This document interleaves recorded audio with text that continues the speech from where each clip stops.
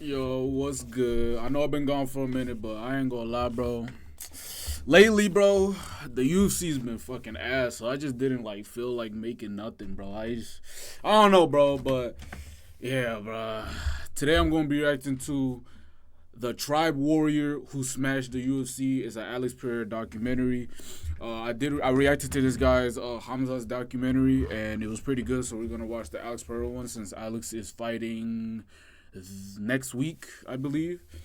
And yeah, we're gonna be reacting to this video. But yeah, bro, I ain't gonna lie, bro. From now on, bro, I'm kind of just gonna be doing whatever I want, bro. Cause I was gonna do the whole thing with the fucking, what is it, Dominic Reyes and that Oberg fight. But bro, I ain't gonna lie, I don't give a shit, bro. I don't care about that fucking card, bro. And I'm not gonna pretend like I care. Like from now on, bro, I'm kind of just, for the cards that I do care about, even if it's a fight night, but I care about the main event and shit, I'm gonna react to it and whatever and do the whole thing. But I ain't gonna lie, bro. If it's not that, bro, I don't care no more, bro. I'm not gonna fake it, bro. I'm not gonna fake caring about Oberg versus Reyes when I really do not give a fuck. So yeah, but today we're gonna be reacting to this Alex Pereira documentary, and yeah, let's get into it. November 2023.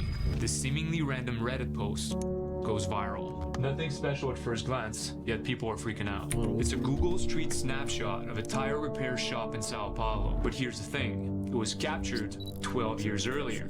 Pay attention to the man in the background. He's the reason why the post went viral. Because 12 years later, he stood at the center of Madison Square Garden, still a mystery to millions of fans who could only speculate about him. He never really gave us an explanation who he was. Everybody knows he's working with some shamans. Doing these rituals before the fight, everybody can feel that. Apparently, the only thing he said was Shama. Yeah, he's got the scariest walkout of all time.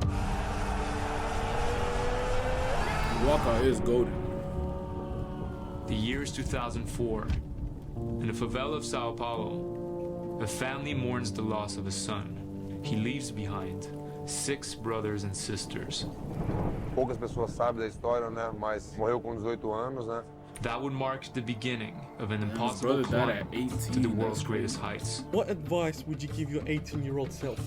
Oh no, his brother died when he was 18. Do it all again. Wait, what The is it? year would be the beginning. Poucas pessoas sabem da história, né? Mas morreu com 18 anos, né? No, his brother That was would 18 mark when he the died. beginning of an impossible That's crazy. climb That's sad. to the world's greatest heights. What advice would you give your 18-year-old self? Do it all again. The year is 1995. Why am I getting hit with a fucking ad? Yo, I got ad blockers on, man. My bad. The place where I grew up was in a rough neighborhood in Sao Paulo. It was a very poor place where there was no hope of a much better future. Most people live below the poverty line, often in improvised wooden shacks. By ad block, I meant I got YouTube Premium. That's what I meant, bro. 7 children. My father was a bricklayer.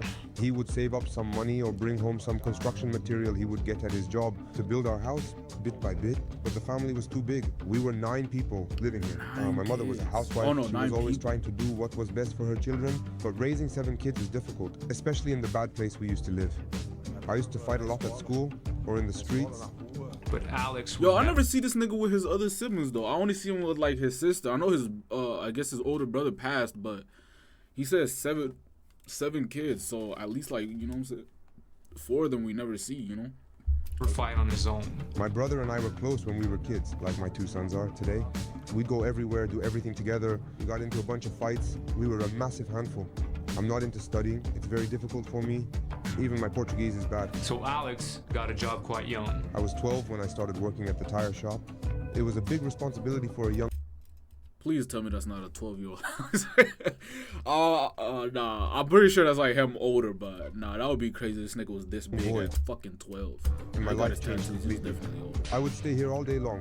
I would come here at 7 or 8 a.m. until 7 or 8 p.m. And that took a toll on my body. He was strong, a jack of all trades. He was my best employee.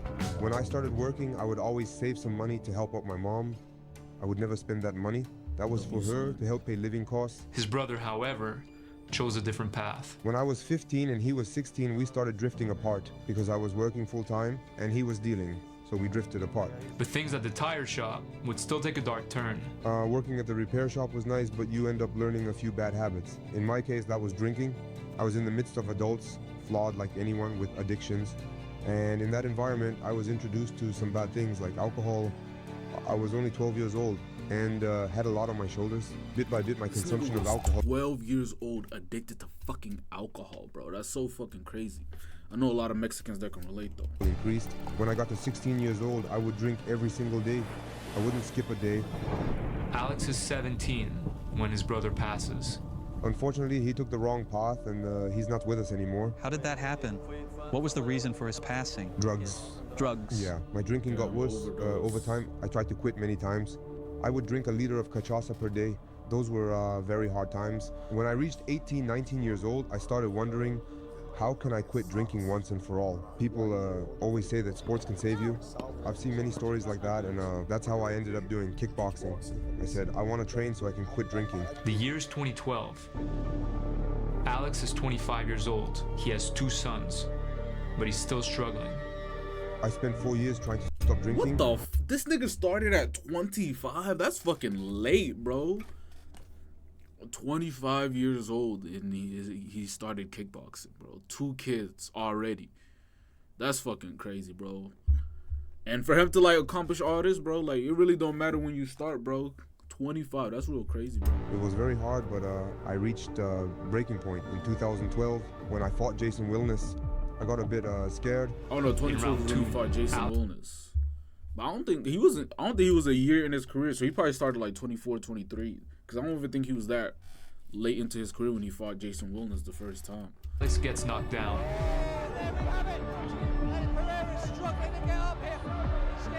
He manages to get back to his feet. But with only 18 seconds left to the round. I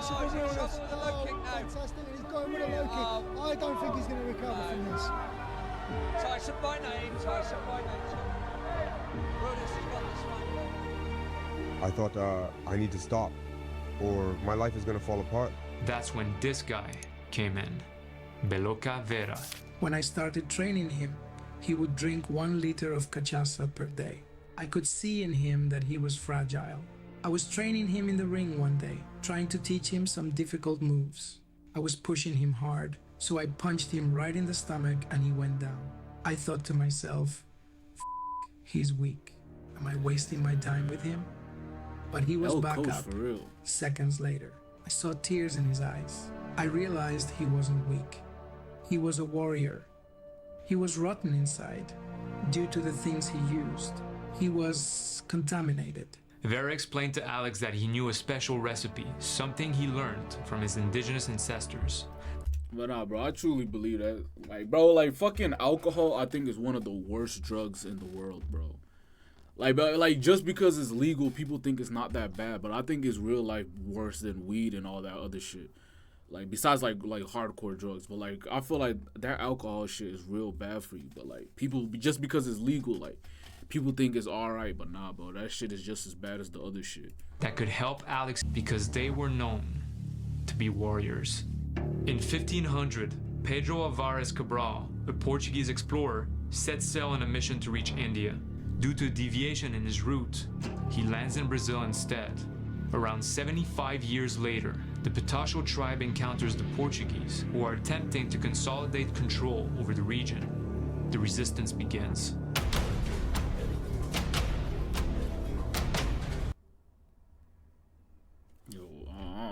My bad.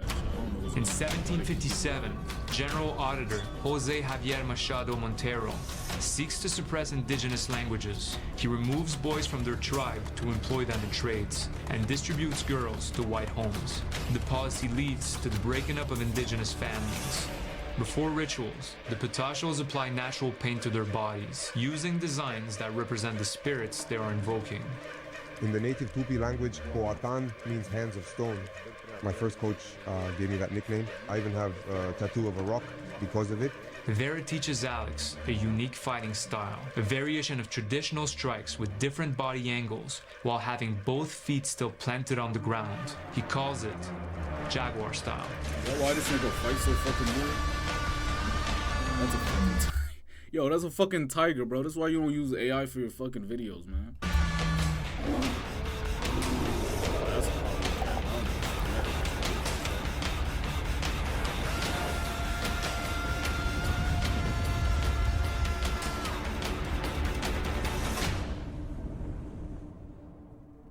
After I quit alcohol, I got good results. Money started to come in, my life improved, many new doors opened up in my life. I was winning almost every fight. I was state champion, national champion, I was Pan American and South American champion. I also won the Open Games. Just the fact that I managed to quit drinking to do something I always wanted to do, even if I wasn't a martial arts champion, I was already a champion at life. Until someone would come to take it all away. The Chinese warrior, Israel Adesanya. At that point in time, the last style bender was a force to be reckoned with. My first fight against Adesanya was in China.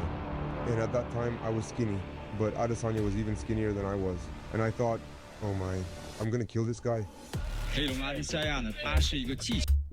I thought their first fight was in Brazil.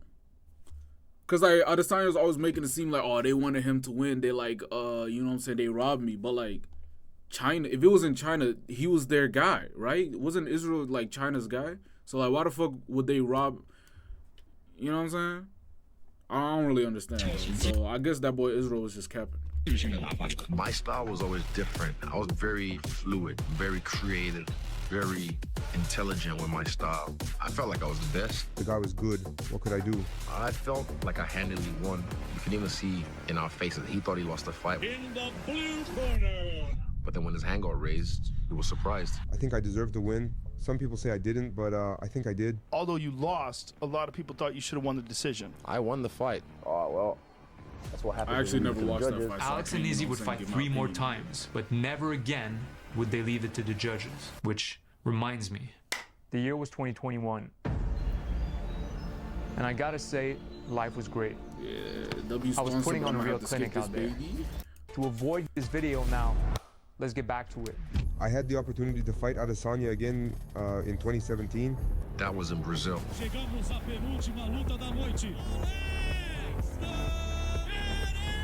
We fought the first round and we were pretty much evenly matched. When we went to the second round, he got a few punches in. I put him on skates. I simply got tired. But then the referee saved him and gave him an 8 count to rest. Cause what? We're in his hometown in Brazil.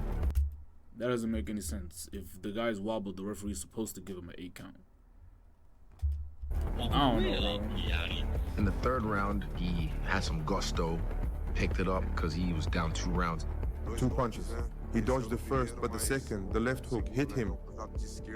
He fell down, unconscious. My first and only ever knockout loss, and then This kid, this fucking little head, like a baby, came over and just laid on the ground, just like.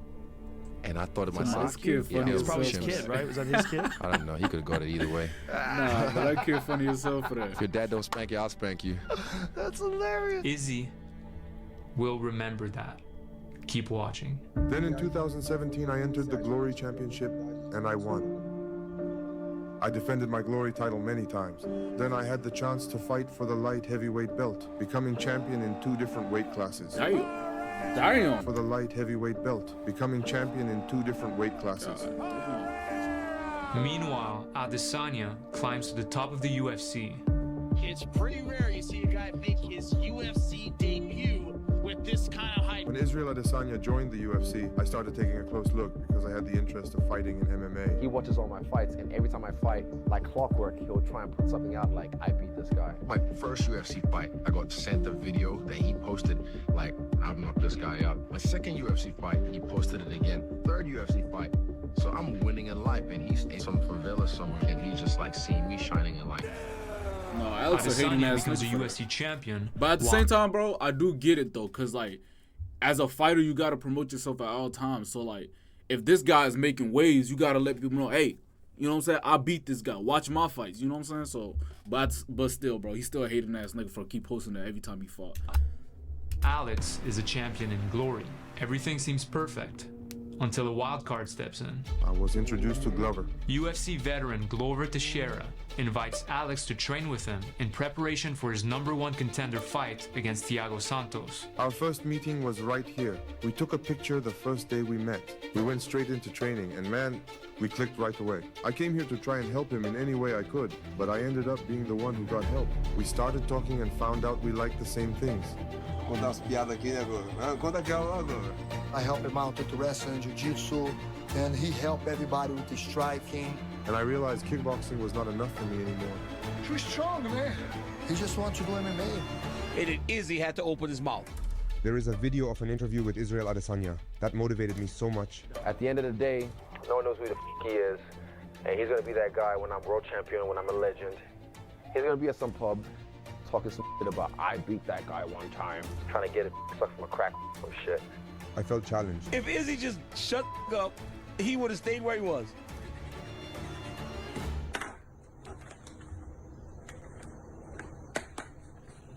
Hello guys, now it's official. UFC, thank you. I'm so happy to be part of the family. Let's go. October 2021. I am beyond excited to see this man's debut. This is one of the most ferocious fighters that has ever entered into the sport. Alex starts chasing Adesanya, while Glover fights for the light heavyweight belt.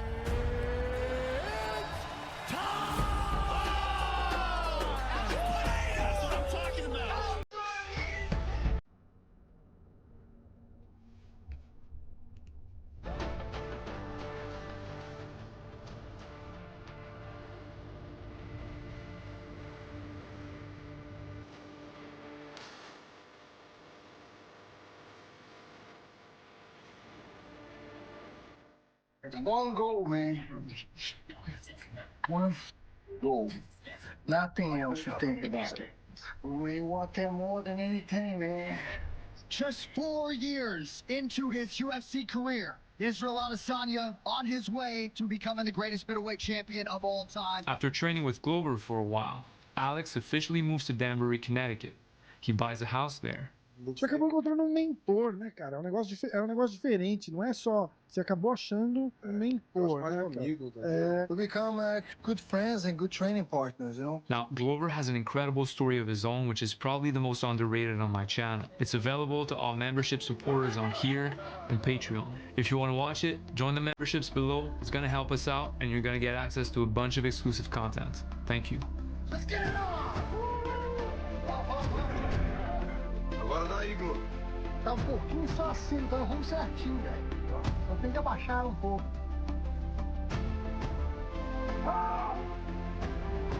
Convicção! Eu insisti na parada, persisti. July 2022. Alex and Izzy fight on the same card, just not against each other. I was getting fast tracked because of the I story remember and the this card, magnitude bro. of This this card fight. was fucking And I great. welcomed it because I know the legacy. I mean, the that's main behind event was it. kind of shit. Who's the best The striker whole on event was stage? great. I mean, I would say me, but I mean, that man was the one that slept that man, so. Did you watch the whole fight? This is when I was introduced to this bozo Sean Strickland, like this card. I ain't really never heard of him before this. No, I don't like Exactly. Do you That might not be true, but I don't know. But this is like when I first took notice of champion Sean man Strickland. with his frosted tips and his watch. Oh no! Trust me, he knows I put him on skates last time. And this time when I put you on skates, I'm gonna leave you frozen like Elsa. Alex, get. Hey man, you better focus on your guy, he might gonna you up too. Yeah, the way he slept your ass. Like I said, focus on this guy. He's a tough opponent, and you focus on him as well. They've been asked more about me this whole fight camp than each other. So you need to focus on the work you're doing, because trust Nigga, you the champion. Like, what do you expect? Like, you the fucking champion, boy. me, he will sleep you. Hey, Izzy, why don't you tell me what not to do? You did fucking sleep. I mean, that is the same hook he knocked out Adesanya with.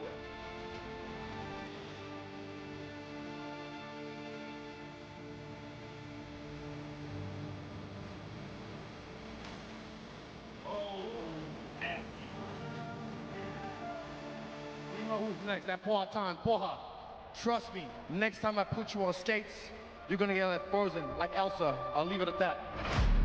So good he had to say it 20 twice. down, 5 to go. It seems like we're looking at 3-1 pretty comfortably for the champion. I thought I was losing. I knew because my corner told me so. Hey, listen, we're way behind. You want to be a champion, man, you gotta give everything you have. Then I asked, do I have to knock him out to win this fight? And he said, yeah, you have to knock him out. Fifth and final round. This is the round of my life.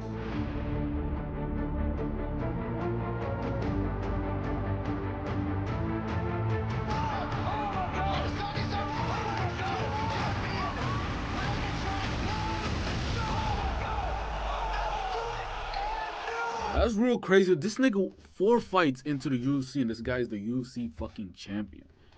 That just shows you how trash middleweight is, bro. Like, I ain't gonna lie, but it's like, is there any other division besides like maybe heavyweight and flyweight where a motherfucker could just 4 fights in fight the champion and beat him, bro? Like, that just doesn't happen, bro.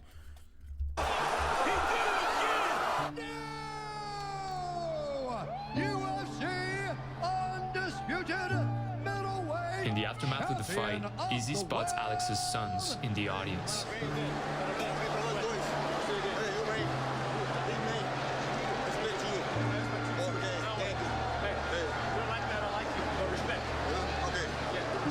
This nigga had no idea what he just said. Eu me sinto muito bem, muito feliz. Já estava escrito. Eu sabia que eu ia ser campeão.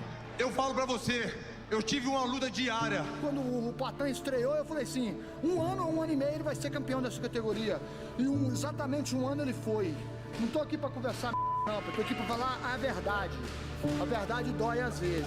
The new UFC middleweight champion of the world, ladies and gentlemen, Alex Pereira! So close again. It's okay, I'll get him again. Se você for o campeão, você vai dar uma revanche para Adesanya? Eu luto com quantas vezes ele quiser. Pra mim. But rumors start circulating around Alex's future in the division. People are talking a lot about whether or not Alex Pereira needs to move up a weight class because he's so big. The middleweight division was wearing me down. The struggle with cutting weight has always been really difficult. Pereira walks around like 40 pounds heavier than 185. He's huge. From the moment I entered the UFC, it was tough. But the situation kept getting worse each time. I wonder how long he could do that. Then I had my first title defense. It was a rematch against Adesanya. This fight, like I've said, this is my 8-mile moment. This is... Nah, bro, this is Adesanya at his worst, bro. Grown-ass man wearing a dog collar to, like, prove a point. Like, come on, bro. Like, he could have did so many other things, but this nigga decided to wear a fucking dog collar. No wonder everyone thought you a freaky ass nigga, bro. One more shot at this. I put everything on my back. I've done everything in my power to make sure I do the worst thing. And I fuck with Adesanya too, but this is just like, bro, come on, bro. Shit. You guys want to hear me talk or you want to hear me fight? Ele fez isso nas últimas 3 lutas. Ele falou a mesma coisa e não fez. Who did this the past 3 fights? He said the same things, and the result was that. You don't even understand what I said, not understand what you said. What's going to happen this weekend is we're going to fight and see who the best man is at the end. And for you, Izzy, on Saturday, what is most important to you? Is it about regaining the UFC title and being world champion again, or is it simply beating the belt? I'm coming for his head. Great mentality. Fuck the belt, I'm coming for his head, nigga. The last style bender's undeniable conviction that in this historic series, tonight, will finally be his moment. Sir, you ready, sir? Round 1, let's go.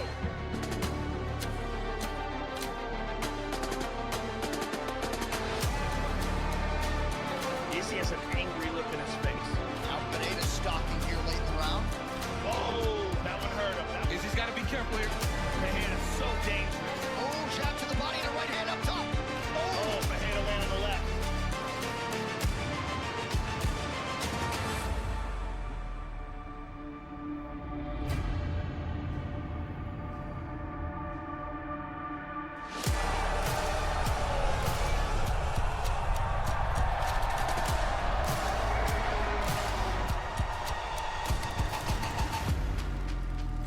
This nigga Adesanya is in the funny as aftermath of the hell. fight, Izzy spots Alex's sons in the audience.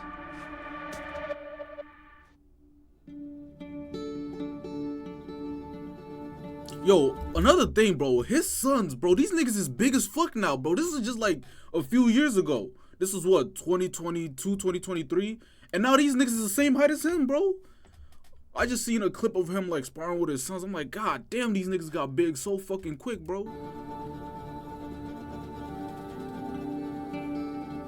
Before it's all said and done, you think you fight Alex again? Why? Okay, so you don't feel it. I have only a few more fights left in my career. Okay. Less than 20. I don't want to spend the same time trying to fight the same guy to please everyone else. I just want to prove I can beat him tomorrow. I truly think this was a stupid idea. A stupid decision from Adesanya. Because think about it, right? After he lost to, what's his face? Was it Strickland? He could have really came back at 205 and fought Alex. He probably would have lost, but you know what I'm saying, had that chance to, you know what I'm saying, reset in a bigger division for more money because it's Adesanya versus Pereira.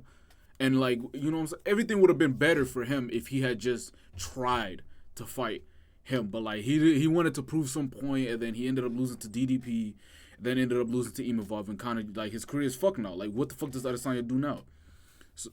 So yeah, bro. I feel like this was a stupid decision for him, bro. I feel like he really should have taken up the challenge when Alex Pereira won the belt and then called him out after. I believe it was after the Strickland fight. Alex called him out and was like, "Hey, let's do it again." But then Adesanya was like, "Nah, I don't want to fight him again." I think that was a dumbass decision. Myself, I've done that. That's why he's like trying to fight me because they need it. Sure, I'm up. They need it. I don't. A while back, I was driving in Brazil and I drove past a tire shop. I saw the guys grinding away, working hard, and I thought, man, what a life. And if I could give advice to my younger self, when I was 12 years old at the tire shop, it would definitely be, don't give up. Your life will be very hard, but you have enormous potential, and you're gonna conquer the world. Pô, é isso, é uma luta, é uma guerra, mas eu acho que não desistam nunca, pessoal, porque as coisas são difíceis, mas com fé em Deus, as coisas vão melhorar, tá bom? Fica abraço aqui. Surround yourself with good people, and everything will work out. Aí, molecada, o Glover chegou agora. Vou entregar o presente ali. Que isso? Que isso aqui, cara? Hã?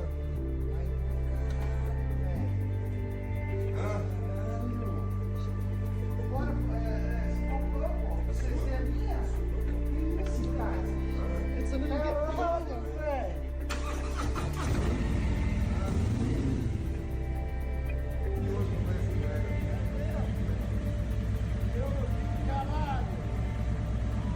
I see a lot of people who go for their first fight, and anyone can do that. Because all you need to get in there is a little bit of courage. But real courage is for the one who comes back, who goes through tough situations and returns. That's the one with courage. With the rematch against Izzy now off the table, Alex makes an announcement. My next fight will be at 205. I'm great in that weight class. I feel really good. Now we're gonna go make a history. Now another title. November 2023. This seemingly random Reddit post goes viral. You see me here speaking and sharing a little bit of my story, where I came from, what I used to do, how I got here. So I want to show you that everything is possible.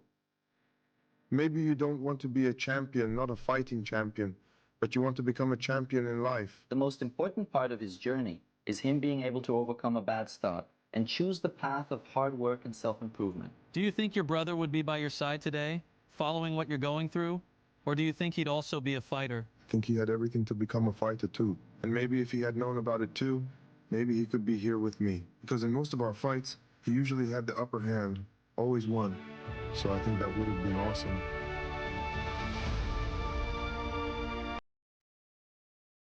Alex wins the light heavyweight belt, while Adesanya loses his to Sean Strickland. Months after, he gives an interview in which he talks about Alex. He becomes the man sitting in the bar. I know it's unusual for a champion to call out somebody, but I have some unfinished business. It's someone who, in a way, encouraged me.